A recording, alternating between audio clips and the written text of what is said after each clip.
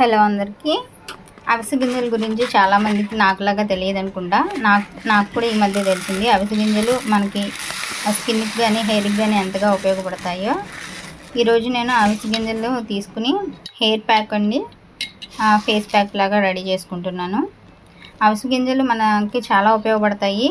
హెల్త్కి, గుండె ఆరోగ్యానికి చాలా మంచిది అవిసె గింజలు. ఈ అవిసె గింజల్ని ఎలా వాడాలో చూద్దాము. ఒక 2 స్పూన్లు, 1 స్పూన్ అవిసె గింజలను మరుగుతున్న 2 కప్స్ ఆఫ్ వాటర్లో వేసి మరిగించాలండి. బాగా మరిగిన తర్వాత అవి జల్లలాగా రెడీ అవుతాయి. ఇలాగా ఆ జల్లలాగా రెడీ అయిన దాన్ని ఫేస్కి డైరెక్ట్గా యూస్ చేసుకోవచ్చు. అలాగే హెయిర్కి అండి, తలస్నానం చేసిన తర్వాత మాత్రమే వాడాలి. ఎందుకంటే తలస్నానం చేయకుండా వాడితే ఆల్రెడీ మన తల ఉన్న ఆయిలీగా ఉన్నది స్కిన్ జుట్టు అంతా కొంచెం మళ్ళీ అవిసె గింజలు జెల్ పెట్టడం వల్ల మరి ఇంకా మురికిగా ఉంటుంది. కాబట్టి తలస్నానం చేసిన తర్వాత మాత్రమే అవిసె గింజలు జెల్ పెట్టుకోండి. దీని హెయిర్ రూట్స్ వరకు వెళ్ళే వరకు పెట్టుకుంటే జుట్టు త్వరగా పెరుగుతుంది. అలాగే హెల్తీగా కూడా, సాఫ్ట్గా కూడా ఉంటుంది.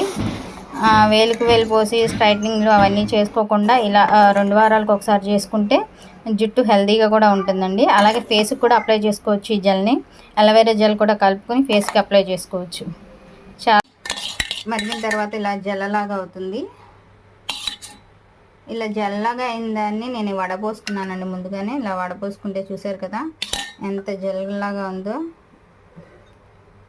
దీనిలో కొంచెం అలోవెరా జెల్ కూడా కలుపుకుని రాసుకోవచ్చు కావాలనుకునే వాళ్ళు, లేదా డైరెక్ట్ అయినా ఫేస్కి, అలాగే నెక్కి, హెయిర్కి బాగా ఉపయోగపడుతుంది.